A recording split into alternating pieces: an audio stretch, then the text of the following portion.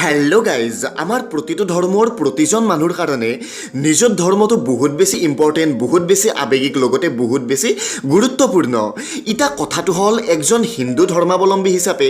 মই আমার নীতি নিয়ম বহুত ধুনিয়াকে বুঝি পাও কিন্তু মোর বেলেগ ধর্মর বন্ধু একজনে হয়তো আমার নীতি নিয়মবিলাক ইমান ভালকে বুঝি নাপাও পারে যেটো আকো ডাঙর কথা নহয় আর তেও হয়তো আমাক কুয়েশন করব পারে যে তহতে যে মঙ্গলবারে মন্দিরত যা তহতে যে লক্ষ্মী মাক পূজা করা সিস্টেমটো কি আর তেওলোকক ধুনিয়াকে বুঝাই দিয়াটো আমার কর্তব্য ইটা সবতকে ডাঙৰ কথাটো হল মই যদি নিজে হিন্দু ধৰ্মাৱলম্বী বা ইছলাম ধৰ্মাৱলম্বী হৈ ফেলে নিজে যদি নিজৰ ধৰ্মটোক অৱহেলা কৰোঁ অপমান কৰোঁ তাতকে ডাঙৰ দুৰ্ভাগ্যজনক আৰু নিৰ্লজ্জ কথা আৰু আকো হবা নৰে আৰু তাৰে সবতকে ডাঙৰ উদাহৰণ হল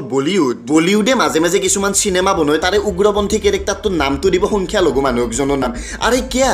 সংখ্যালঘু মানে কি বদমাছ নেকি আৰু আপোনালোকে নিশ্চয় গম পাইছে যে অলপতে অক্ষয় কুমাৰৰ নতুন ফিল্ম এখন আহি আছে নামটো হল লক্ষ্মী বুম আৰে লক্ষ্মী বুম এটোৰো কি নাম হল লক্ষ্মী হল আমাৰ মা আমাৰ ভগৱান আমাৰ ধনৰ অধিষ্ঠাত্ৰী দেৱী যিটো বছৰ বিৰোধিতা হিন্দু সংগঠনবিলাকৰ উপৰিও বহুত মুছলমান ব্যক্তিও বিৰোধিতা কৰিছে আৰু তাৰ ফলত তেওঁলোকে ভয় খাই ফেলে এক ৰাতিত নামটো চেঞ্জ কৰি ফেলে অনলি লক্ষ্মী ৰাখি দিছে ইটা সবতকে ডাঙৰ কথাটো হল বলিউডে এটা কথা বহুত ভালকে জানে যে 2 কোটি টকা খৰচ কৰি নিৰ্মাণ কৰা চিনেমাখনৰ পৰা যদি 50 কোটি টকা উঠাবা লাগে তেতিয়াহ'লে অনলি এটাই ৰাস্তা আৰু সেইটো হল মানুহৰ আবেগ ইহঁতে নতুনকে ফিল্ম এখন উলালি এনেকুৱা কিছুমান সিস্টেম এনেকুৱা কিছুমান কথা উলাই দেই যিবিলাক কথাই মানুহক ডাইৰেক্ট আবেগত হাৰ্ট কৰে হাৰ্টে কৰক বা সুখে দিয়ক বা দুখে দিয়ক মুঠতে ডাইৰেক্ট আবেগৰ লগত জড়িত হৈ থাকে আজি কিছুদিন আগতে আমাৰ দুৰ্গা পূজা সুকলমে হৈ গ'ল আপোনালোকে শুনি আচৰিত হ'ব দুৰ্গা পূজাৰ মোক যিটো প্ৰথম শুভেচ্ছা সেইটোৱেই দিছিল একজন মুছলমান বন্ধুই মই যেতিয়া প্ৰথম বাইকত গুৱাহাটীত গৈছিলোঁ মোৰ বন্ধু একজন আছিল মাৰ্চিফুল সি বৰ্তমান আমাৰ মাজত নাই যাক আমি বহুত মিছ কৰোঁ ই মানে কি কৰে আমি যেতিয়া যাই থাকোঁ আগত যেতিয়া মন্দিৰবিলাক আহে সি মোক কৈছে মাধুৰ্য আগত মন্দিৰ এটা আছে